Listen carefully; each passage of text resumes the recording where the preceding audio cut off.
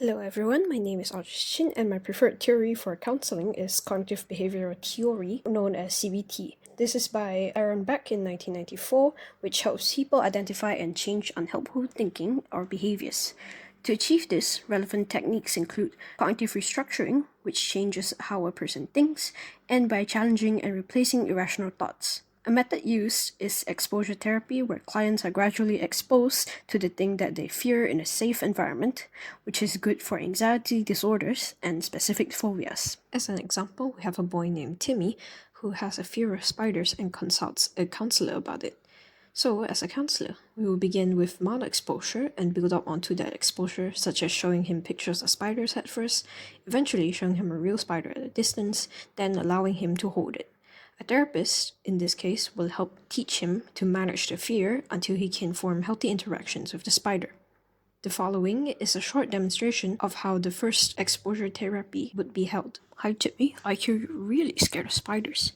Can you tell me what happens when you see one? My heart beats super fast and I feel like I want to run away. Sometimes I cry. I think it's gonna jump on me or bite me. That sounds very scary. But let's try something called cognitive behavioral therapy, or CBT. It helps us understand our thoughts and change how we feel. Can we give it a try? Okay, I guess. Great. So when you see a spider, what's the first thought in your head? It's gonna attack me! Let's test that thought. Have you seen a spider actually attack someone? No, they usually just sit there or crawl away. Exactly. So maybe the thought it's going to attack me isn't totally true. What's a new thought that we could try instead?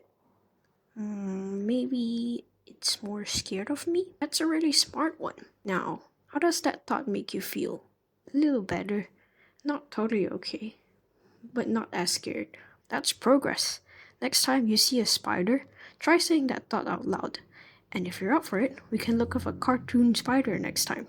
Okay, as long as it's not real. From the short demonstration above, we can see how Timmy's fear is rooted from irrational thoughts, so we would choose to challenge. Besides, behavioral action, which encourages positive activities, is also being held by the counselor to encourage him. Besides, through CBT, the client, which is Timmy in this case, can achieve small goals and provide discipline for them to push to change. From this short therapy, we can see how Timmy learns skills to change for the betterment, and he learns how to change his distortion, and the counselor's role is to monitor and guide them to change for the better. If it requires motivation, it requires discipline as well to allow them to push to change. Another common method used in CBT is to ask the clients to record their thoughts. Homework can be given to clients which allows them to keep track of thoughts, which helps to pinpoint cognitive distortions. From my personal experience, journaling helps in grounding my thoughts in certain situations, and writing it down helps me analyze how I feel about certain things. Therefore, I feel that CBT is a good method to keep track of it. As CBT is solution focused and analytical, this helps the client with what they need.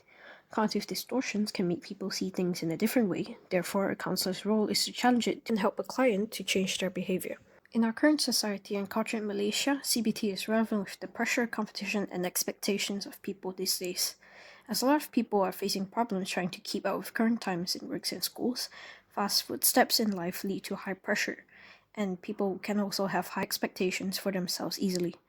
Therefore, negative thinking patterns are formed through these high expectations, and as CBT is fast-paced, it can help with the solution quickly. CBT is direct to address the issue, similar to modern culture's need for speed. This helps them to find the solutions that they need quickly. In future, I am looking forward to working with people with mental health issues such as anxiety and depression, in which CBT is a good method for them. This will require me to work in hospital settings with people of that issue. That is all from me. Thank you.